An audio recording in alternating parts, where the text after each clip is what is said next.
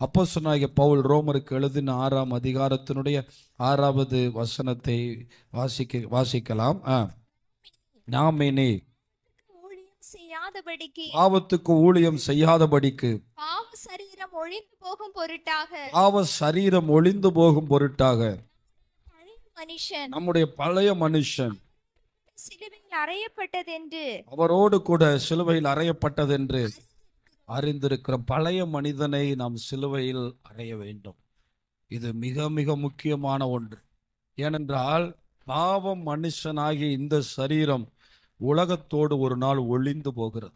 எவ்வளவு பெரிய மனுஷனா இருந்தாலும் அவங்கள கொண்டு போய் இந்த மண்ணில் நம்ம ஒழிக்க வேண்டியது மிக மிக அவசியம். எவ்வளவு பாப்புலரான ஆளா இருந்தாலும். எகிப்திய மக்கள் பண்டைய கால நாகரிகத்திலே தனக்கு நெருக்கமானவர்கள், தாங்கள் நேசிக்கிற மனிதர்கள் இளம் வயதிலே மரித்த போது தாங்க முடியாதவர்களாக, அவர்களை அடக்கம் பண்ண முடியாதவர்களாக வேதனையிலே அந்த சரீரங்களை பதப்படுத்தி வைத்து தினந்தோறும் பார்த்து கொண்டே இருப்பார்களாம். நீங்கள் எகிப்திய பிரமிடுகளுக்குள்ளே இருக்கிறதான அந்த சரீரங்களை ஆராய்ச்சி பண்ணின போது அதிகமான பேர் இளம் வயதிலே மரித்த ராஜாக்களினுடைய பிள்ளைகளும். இளம் வயது மரணங்களை அந்த காலத்திலே மனிதர்கள் தாங்க முடியவில்லை. அவர்களை கொண்டு போய் மண்ணிலே போட அவர்களுடைய மனது விரும்பவில்லை. அதனால் அதை பதப்படுத்தி அந்த சரீரத்தை பார்த்து கொண்டிருந்தார்கள். ஆனால் அது மரித்த சரீரம், அதோடு பேச முடியாது, அதோடு பழக முடியாது, அது கை கால்கள் அசையாது. ஆனால் இந்த சரீரம் கொஞ்ச காலம் ஆன போது அதை பிரமிடுகளிலே வைத்து பூட்டி விட்டார்கள். இன்றைக்கு அந்த பிரமிடுகளுக்குள்ளே இருக்கிற அந்த சரீரம் கொஞ்சம் கொஞ்சமாக அது கெட்டு அது அந்த மேலே இருக்கிற மேனி அழிந்து போய் அது எலும்பு கூடுகளாகவே மாறிவிட்டது. தேவனுடைய மக்கள் புரிந்து கொள்ள வேண்டும், இந்த சரீரம் மண்ணுக்குரியதும் இது ஒளிந்து போகிறதுமா இருக்கிறது. அதனாலே இந்த சரீரம் ஜீவனை அடைய வேண்டுமானால் இங்கே இருக்கிற பாவ மனிதனை ஒழித்து விட நீங்கள் விரும்ப வேண்டும். இந்த மனிதன், இந்த பாவ சரீரம் இவ்வுலகத்துக்குரியது, அதனால் அது இவ்வுலகத்திற்கே போயாக வேண்டும். ஆனால் நமக்கு நாசியிலே சுவாசத்தை ஊதினவர் நம்முடைய அருள்நாதர் இயேசு. அதனால் அவர் ஊதின சுவாசம் அவரிடத்திற்கு போக வேண்டும். அப்படி அவர் கொடுத்த ஆவியும் ஆத்துமாவும் அவரிடத்திற்கு போக வேண்டுமானால் இந்த பாவ சரீரத்தை நீங்கள் சிலுவையிலே அறைய வேண்டும். ஏன் அறைய வேண்டும் என்று மேல்வசனம் சொல்லுகிறது, நீங்கள் பாருங்கள். ஆதலால் சாயலில் அந்த பழைய மனுஷன், பழைய பாவம், பழைய ஆசை, பழைய காரியங்கள் சிலுவையில் அறையப்பட்டால் மட்டும்தான் உயிர்த்தெழுதலிலே நாம் பங்கு பெற முடியும். இது மிக மிக அவசியம். நம்ம எல்லாரும் ஆண்டவருடைய உயிர்த்தெழுதலுக்காக காத்திருக்கிறோம். அப்போஸ்தலனாகிய பவுல் மிகப்பெரிய பணக்காரர், செல்வந்தர். அன்றைக்கு கமாலியலிடத்தில் ஒரு யூதன் படிக்க வேண்டுமானால் அது ஒரு சிலரால் மட்டும்தான் முடியும். அதற்கு பணம் அவசியம், அதற்கு சிபாரிசு அவசியம். அத்தனை தகுதியும் உடைய அப்போஸ்தலனாகிய பவுல் சொல்லுகிறார், எப்படி ஆயினும் அந்த உயிர்த்தெழுதலில் நான் பங்கு பெறும்படியாக, என்னை தகுதி உள்ளவனாக மாற்றிக்கொள்ளும்படியாக அவைகளை நான் சிலுவையில் அறைந்து விடுகிறேன். அவைகளை குப்பையாக எண்ணுகிறேன். அவைகளை ஒன்றும் இல்லை என்று நான் எண்ணுகிறேன். என்னுடைய நோக்கம் ஒன்றுதான், நான் உயிர்த்தெழுதலில் பங்கு பெற வேண்டும் என்று அவர் சொல்லுகிறார். அப்போ உயிர்த்தெழுதலில் பங்கு பெறணும்னா உங்களுக்கே தெரியும், ஒரு விதையை தூக்கி உள்ள போட்டீங்கன்னா அந்த விதை செத்தால்தான் அது முளைக்க ஆரம்பிக்கும். அந்த விதை முழுவதுமாக சாகும்போது ஒரு முளை எழும்பி அது ஒரு செடியாக, ஒரு மரமாக எழும்புகிறது. இதுதான் கிறிஸ்தவ வாழ்க்கை. இந்த உலகம் என்னை இன்னும் இழுக்கிறது என்றால் அந்த உலகம் என்னை வரவேற்க முடியாது. இந்த உலகம் என்னை இன்னும் இச்சையினால் சாவடிக்கிறது என்றால் இன்னும் நான் அங்கே போவதற்கு தயாராகவில்லை. நான் ஒருவேளை ஞானஸ்தானம் எடுத்திருக்கலாம், ஆனால் பழைய மனிதன் சிலுவையில் அறையப்படாமல் அந்த புதிய ராஜ்யத்துக்குள்ளே நாம் அடி எடுத்து வைக்க முடியாது. அதைத்தான் இங்கே அப்போஸ்தலனாகிய பவுல் சொல்றாரு, அவருடைய மரணத்தின் சாயலில் இணைக்கப்படாத எவரும் அவருடைய உயிர்த்தெழுதலின் சாயலில் இணைக்கப்பட முடியாதே என்று சொல்லுகிறார். எப்படி மரித்தவன் பாவத்துக்கு நீங்கி விலகி இருக்கிறானோ, மரித்தவன் கையில் போய் ஒரு சிகரெட்டை கொடுத்தா குடிக்க முடியுமா? மரித்தவன் கையில் போய் மதுபானத்தை கொடுத்தா குடிக்க முடியுமா? மரித்தவனுக்கு ஆசை இருக்குமா? மரித்தவனுக்கு இச்சை இருக்குமா? அதை போல ஒருவன் தன்னை இந்த உலகத்துக்கு மாற்றிக்கொள்ள வேண்டும் என்று தேவன் விரும்புகிறார். நான் அல்ல, தேவன் சொல்லுகிறார். ஏனென்றால் அதற்கு அடுத்த வசனத்தை நீங்கள் பார்த்தால் நன்றாக தெரியும். 7வது வசனத்தை பாருங்கள். மரித்தவன் ஆ, பட்டிருக்கிறான். ஒரு மரித்தவன் எப்படி பாவத்துக்கு நீங்கி விடுதலை ஆயிருக்கிறானோ அது போல. ஆனா நம்ம வாழ்க்கை எப்படி இருக்குன்னா, ஞாயிற்றுக்கிழமை வந்த உடனே ஒரு தீர்மானம் பண்ணுவோம், பாவமே செய்யக்கூடாது. திங்கக்கிழமை பழைய மனுஷன் உயிரோட எந்திரிச்சிடறான், செவ்வாய்க்கிழமை ஆனா இன்னும் கொஞ்சம் வேகமாயிடுறான். இதுதான் இன்றைய பிரச்சனையா இருக்கிறது. பழைய மனுஷனை உயிரோட எழும்ப விடக்கூடாது, பழைய மனுஷனை சாவடிச்சிடணும். ஒரு ஆமீன் சொல்லுங்களேன். அந்த பழைய ஸ்பாவங்கள் நிறைய பேருக்குள்ள ஜென்ம ஸ்பாவம் இருக்கும், கோபம் இருக்கும், விரோதம் இருக்கும், மூர்க்கம் இருக்கும், வைராக்கியம் இருக்கும். அவனை உயிரோட எழும்பவே விடக்கூடாது. அவன் எழும்பிச்சிட்டானா நமக்கு ஆபத்து. அது ஆதாமினால் உண்டானவன், புதிய மனுஷன் கிறிஸ்துவினால் உண்டானவன். அந்த புதிய மனிதனை நீங்கள் தரித்து கொள்ள வேண்டும். அதனால தான் அண்ணன் அகஸ்டின் ஜெபக்குமார் எப்பயுமே சொல்லுவாங்க, அங்கே பார்த்தவனுக்கு இதெல்லாம் குப்பையாக தான் தெரியும், அங்கே பார்க்காதவனுக்கு இதெல்லாம் பெருசாக தான் தெரியும். அங்கே பார்க்க பழகினவன் புதிய மனுஷன், இங்கே பார்க்க பழகிக்கிட்டவன் பழைய மனுஷன். அங்கே பார்க்க பழகினவனுக்கு இவைகள் எல்லாம் அற்பமும் குப்பையும். இந்த உலக சிநேகம், உலகத்தினுடைய ஆசாபாசம், உலகத்தினுடைய காரியங்கள் அவனுக்கு ஒன்றும் பெரிதாய் தோன்றாது. தேவன் வைத்திருக்கிற ஆசீர்வாதங்களே பெரிதாய் தோன்றும். கலாத்தியர் 2ஆம் அதிகாரத்தில் அப்போஸ்தலனாகிய பவுல் சொல்லுகிறார், இனி நான் அல்ல. வாசிக்கலாம் அந்த வசனத்தை. இனி நான் அல்ல, அவர் இவைகளை சொல்லுவதற்கு எந்த அளவிலே சிலுவையில் தன்னை அறைந்து ஒப்பு கொடுத்திருக்கிறார் என்று பாருங்கள். கலாத்தியர் 2:20 வசனத்தை நீங்கள் வாசித்து பார்க்கலாம். கிறிஸ்துவுடனே கூட சிலுவையில் அறையப்பட்டேன். பாருங்க, அவர் சொல்றாரு, நான் கிறிஸ்துவுடனே கூட சிலுவையில் அறையப்பட்டிருக்கிறேன், ஆனா நான் என்ன பண்ணியிருக்கிறேன்? பிழைத்திருக்கிறேன். சிலுவையில் அறையப்பட்டு இருந்தாலும் நான் கிளைத்திருக்கிறேன். அது எப்படி? கிறிஸ்துவுக்காக வாழும்படி நான் பிழைத்திருக்கிறேன். அப்ப தேவனுடைய பிள்ளைகள், இந்த காலையில் வந்திருக்கிற மக்கள் ஒன்றை செய்ய வேண்டும். நல்ல கவனிங்க. நான் என்னுடைய வாழ்க்கையில் எடுக்கிற ஒவ்வொரு முடிவும் கிறிஸ்து மகிழ்கிறாரா, கிறிஸ்துவுக்கு இது பிரியமா இருக்கிறதா என்று நீங்கள் சிந்திக்க வேண்டும். நான் ஒன்று சிந்தித்து பார்த்தேன். இன்றைய வாலிபர்கள் காதலில் விழுந்து விடுகிறார். அப்படி பார்க்கும்போது அந்த காதல் பழக்கத்தில் விழுந்து அப்படியே தங்களுடைய வாழ்க்கையை நிறைய பேர் கெடுத்து கொள்ளுகிறார். இந்த காதலில் விழுகிறவன் நல்ல கிறிஸ்தவனாக இருக்கிறான், நல்ல ஆண்டவருக்கு பிரிய ஆண்டவரை நேசித்தவனாக இருக்கிறான், ஆண்டவரை துதித்தவனாக இருக்கிறான். ஆனால் அந்த பக்கத்தில் இருக்கிற அந்த பெண் ஆண்டவருடையவளா இருக்கிறாளா, ஆண்டவருக்குரியவளா இருக்கிறாளா என்று தன்னை பார்க்காதபடிக்கு பழைய மனிதனுடைய இச்சையினால் அவன் கவர்ந்தெழுக்கப்பட்டு அந்த பாவத்திலே அவன் விழுந்து விடுகிறான். சிந்தியுங்கள், அப்படி விழுந்து விடுகிற ஒரு வாலிபனை குறித்து நான் சிந்தித்தது. அப்படி ஒருவன் விழுந்து விட்டாலும், அப்படி விழுந்து விடுகிற ஒரு வாலிபன் கூட ஆண்டவர் மேல நான் அந்த நேசத்தினாலே அந்த பிள்ளையும் நான் ஆண்டவருக்குள்ளே கொண்டு வர வேண்டுமே என்கிற எண்ணம் அவனுக்குள்ளே வராதபடிக்கு அவன் அந்த பக்கமாகத்தான் போய்விடுகிறான். அப்ப நான் சிந்தித்து பார்த்தேன், ஏன் இந்த கிறிஸ்தவர்களுக்கு அப்படி ஒரு தவறான பாவத்தில் விழுந்து விட்டால் கூட அதை ஆண்டவரோடு அந்த அந்த அந்த உறவை இணைக்க வேண்டும் என்று எண்ணம் வரவில்லை என்று சிந்தித்து பார்த்தபோது, அப்படிப்பட்ட எண்ணம் உள்ளவன் கண்டிப்பாக இந்த இச்சையில் விழுவதற்கு வாய்ப்பே இல்லையே. அப்படி அவன் கிறிஸ்துவுக்கு பிரியமா நடக்கணும்னு நினைச்சிருக்கிறவனா இருந்தா அவன் இந்த பாவத்துக்கு போயிருக்கவே மாட்டானே. அப்புறம் எப்படி அவன் அந்த சிந்தையெல்லாம் அவனுக்கு வரும்?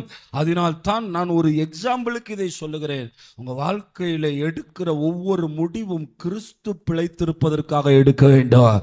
ஏன்னா பழைய ஆள் அவுட் ஆயிட்டாரு, இப்ப கிறிஸ்து தான் என்னிலிருந்து வாழுகிறாரு, கிறிஸ்து தான் என்னிலிருந்து மகிழுகிறார். அந்த முடிவு தான் எடுக்க வேண்டும்.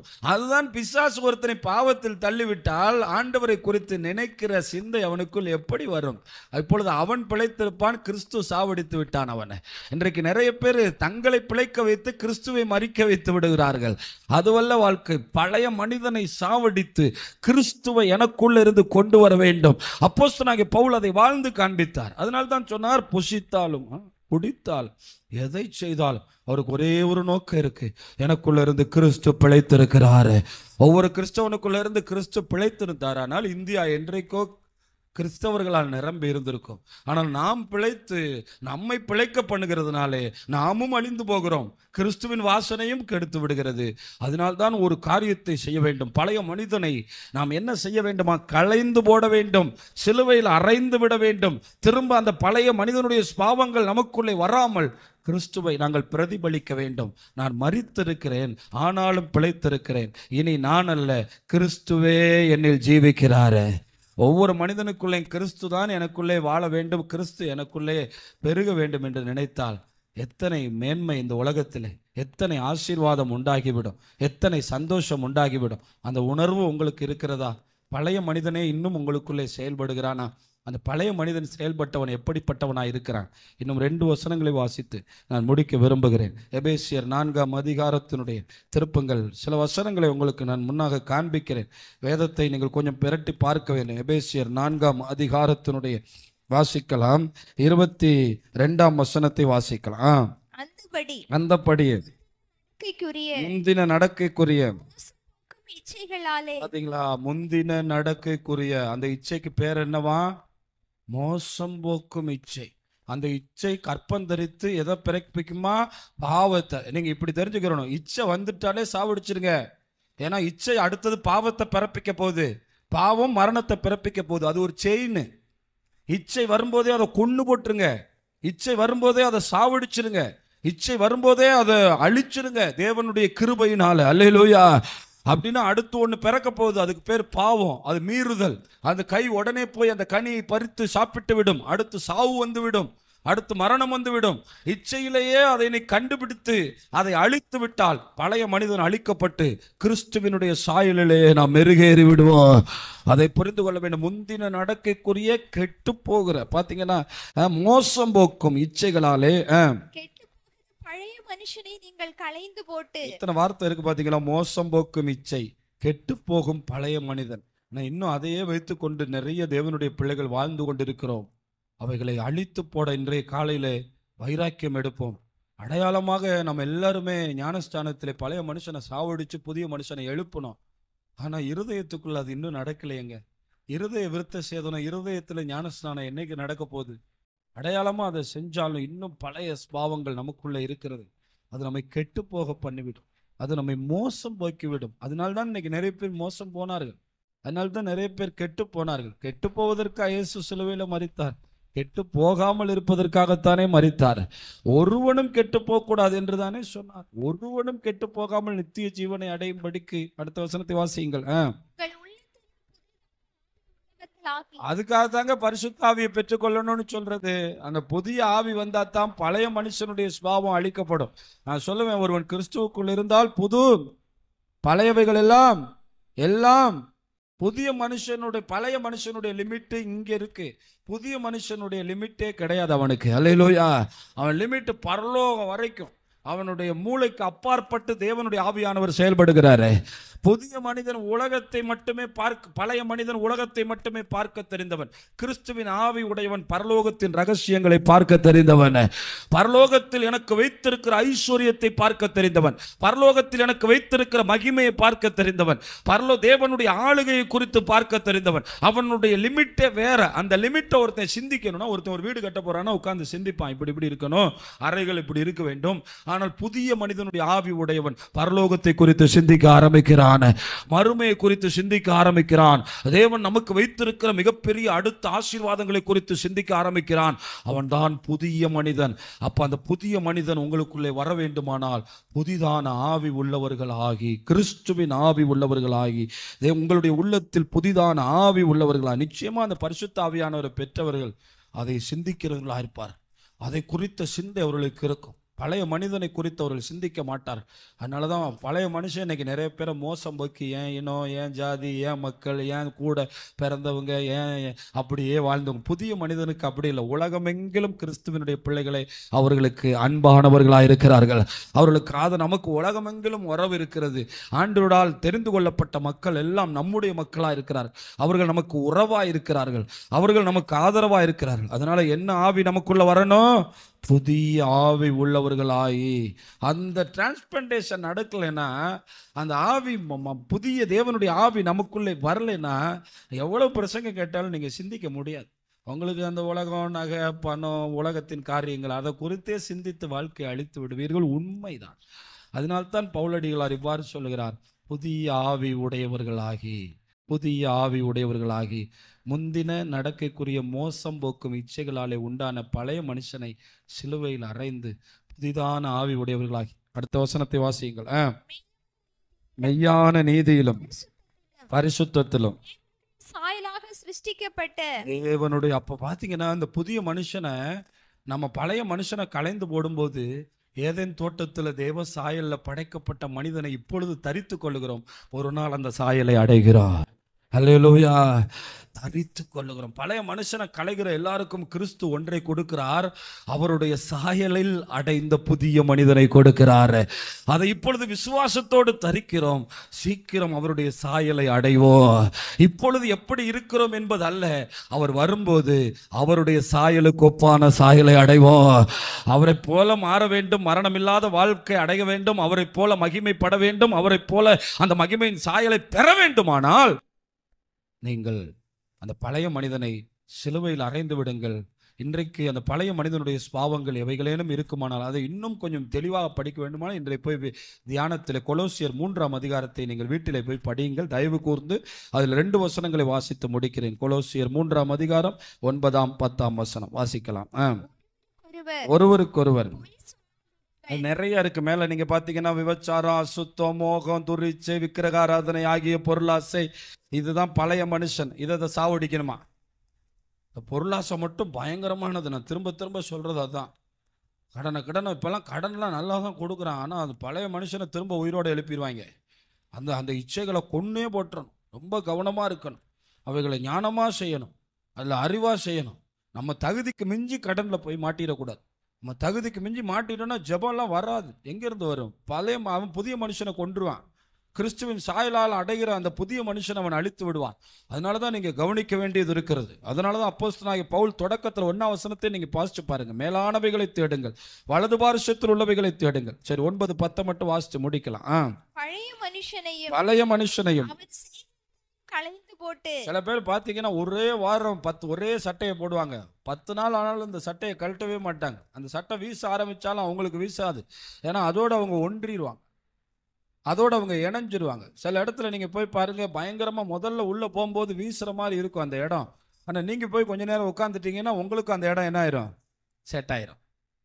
வீசுதா? இல்லையே, உங்கள் மூக்குக்கு பழகி போயிடும். ஆமாம். ஆனால் உள்ளே போகும்போது உங்களுக்கு என்ன பண்ணியிருக்கும்? அந்த இடம் வீசி இருக்கும். ஆனால் உள்ளே போய் உட்கார்ந்த உடனே கொஞ்ச நேரத்தில் நீங்களும் அதுக்கு அப்படியே என்ன செஞ்சிருவீங்க? பழகிடுவீங்க. இதுதான் இங்கே பிரச்சனை. அதை களைந்து போட வேண்டும், களைந்து போட விரும்ப வேண்டும். அப்பொழுது கிறிஸ்துவின் புதிய ஆவி உங்களுக்குள்ளே அருளப்படும். உங்களுடைய இருதயத்தை கர்த்தர் புதிதாக்குவார். அடுத்த வார்த்தை கவனிங்கள். தன்னை சிருஷ்டித்தவருடைய எத்தனை மேன்மை பாருங்க. தன்னை சிருஷ்டித்தவருடைய சாயலுக்கோப்பாய் பூரண அறிவடையும்படி புதிதாக்கப்பட்ட காலையில வந்திருக்கிற தேவனுடைய பிள்ளைகளை, பழைய மனுஷனை சிலுவையில் அரைஞ்சா எவ்வளவு பெரிய பாக்கியம் கிடைக்குது. பழைய மனுஷனை சிலுவையில் அரைஞ்சா எவ்வளவு பெரிய ஆசீர்வாதம் கிடைக்குது. கிறிஸ்துவுக்கு ஒப்பான பூரண அறிவடைந்த, அந்த பூரண அறிவுனா பரலோகத்தின் மேன்மையை பார்க்கிற அறிவு. அல்லேலூயா. அந்த அறிவு தேவனுடைய மக்களுக்கு கிடைத்தது. சாது சுந்தர் சிங்க்கு கிடைச்சது. இந்தியாவிலே வாழ்ந்த ஒரு மிகப்பெரிய சன்னியாசியன். பல நகைகள் 100 பவுனுக்கு மேல அணிந்து கொண்டு தன் முன்னாக வந்த தன்னுடைய மாமன் பெண்ணை பார்த்து சொன்னால, என் இருதயத்தை ஆண்டவருக்கு கொடுத்து விட்டேன், நீ உனக்கு அதை தர முடியாது. அவரை ஆண்டவர் சன்னியாசியாகவே அழைத்தார். அவர்கள் எல்லாம் தேவனால் முன் குறிக்கப்பட்டு பெரிய மலைகளிலே போய் ஊழியம் செய்தவர்கள். அப்படியே எடுத்துக்கொள்ளப்பட்டார் என்று கூட அநேகர் சொல்லுகிறார். அப்படியே தேவன் அவரை எடுத்துக்கொண்டார். அவர்களுக்கு ஏன் ஆசை இல்லை? இத்தனை நகையோடு ஒரு அழகான பெண் வந்து முன்னாடி நின்ற ஒரு வாலிபனுக்கு ஏன் அவைகளின் மேல் விருப்பம் இல்லை? அவன் அவைகளெல்லாம் சிலுவையில் அறைந்தவன்.